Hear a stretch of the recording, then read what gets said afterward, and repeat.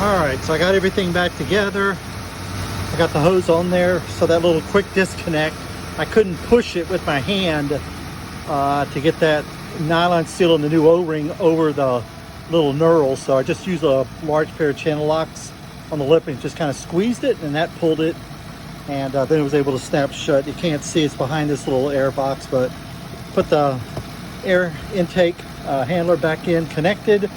I poured all the radiator fluid, the coolant that I had drained out, I poured it back in, so you see it's high. So I do have the car on, obviously, because you can hear it, and I have the heater on high just to make sure that we get flow through the heater coil also. So I'm gonna watch this here and just let it warm up, and this should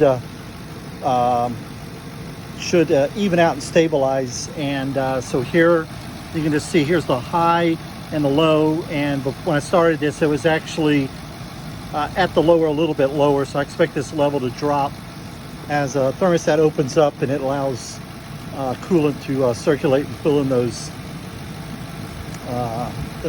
little pockets of air and stuff. So it's all in all an easy fix, you know, other than the hose, that clear hose I had to go buy today because I didn't have any, so I went to the hardware store, they were out, so I had to go over to Lowe's and get it.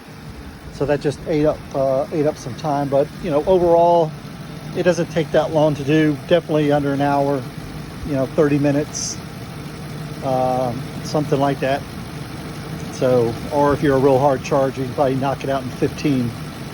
So but there it is. So she's humming again, and you can see how clean this engine has. 99,000 miles on it, 2013. So it is clean, looks great, and I'll be watching this and monitoring. So there you go. That's better than taking it to Ford dealership and having them gig you, you know, $400. So there you go. This is something that we could still work on.